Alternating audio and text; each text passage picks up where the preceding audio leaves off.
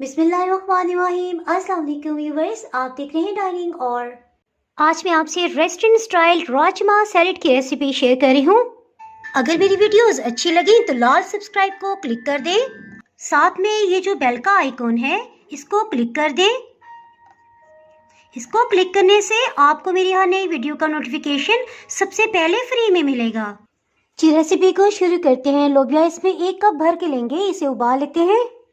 उबलने के बाद लोबिया 2 कप से थोड़ा सा ऊपर बन गया है। इसमें 1 कप भर के बन को भी इस्तेमाल करेंगे। इसे लंबाई में कटिंग कर लिया है। जी, इसके लिए सबसे पहले एक मीडियम साइज का प्याज लेंगे। प्याज को लंबाई में कटिंग कर लिया है।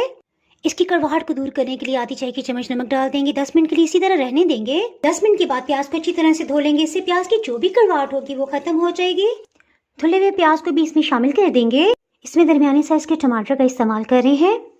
चलिए जी, फ्रेश टमाटर भी इसमें चला गया। नमक इसमें आधी चाय की चम्मच से ज्यादा और 1 चाय की चम्मच से कम जाएगा। सफेद मिर्च इसमें आधी चाय की चम्मच से कम जाएगी, 1/4 टीस्पून से ज्यादा। अगर आपके पास वो ना हो तो काली मिर्च भी इसमें डाल सकते हैं। प्लेन केचप इसमें 1.5 खाने वाला चम्मच जाएगा, 1.5 टेबल स्पून। नींबू का रस 1 खाने वाला चम्मच। इमली की चटनी की रेसिपी ऑलरेडी पहले मैं अपलोड कर चुकी हूँ, इसका लिंक आपको डिस्क्रिप्शन से मिल जाएगा। ये 2 खाने वाले चम्मच इसमें जाएगी। खीरा भी इसमें 1 कप की मिकदार में जाएगा। खीरे और टमाटर के बीज को अलग कर लिया था। लास्ट में इन सबको अच्छी तरह से मिक्सअप कर लेंगे। इसे डिश आउट कर लेते हैं।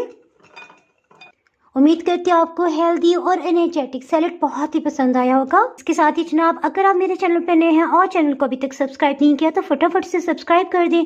बेल आइकन प्रेस करना बहुत ही जरूरी है। इसके बाद आपको मेरी नई अपलोड होने वाली वीडियो का नोटिफिकेशन मिल पाएगा।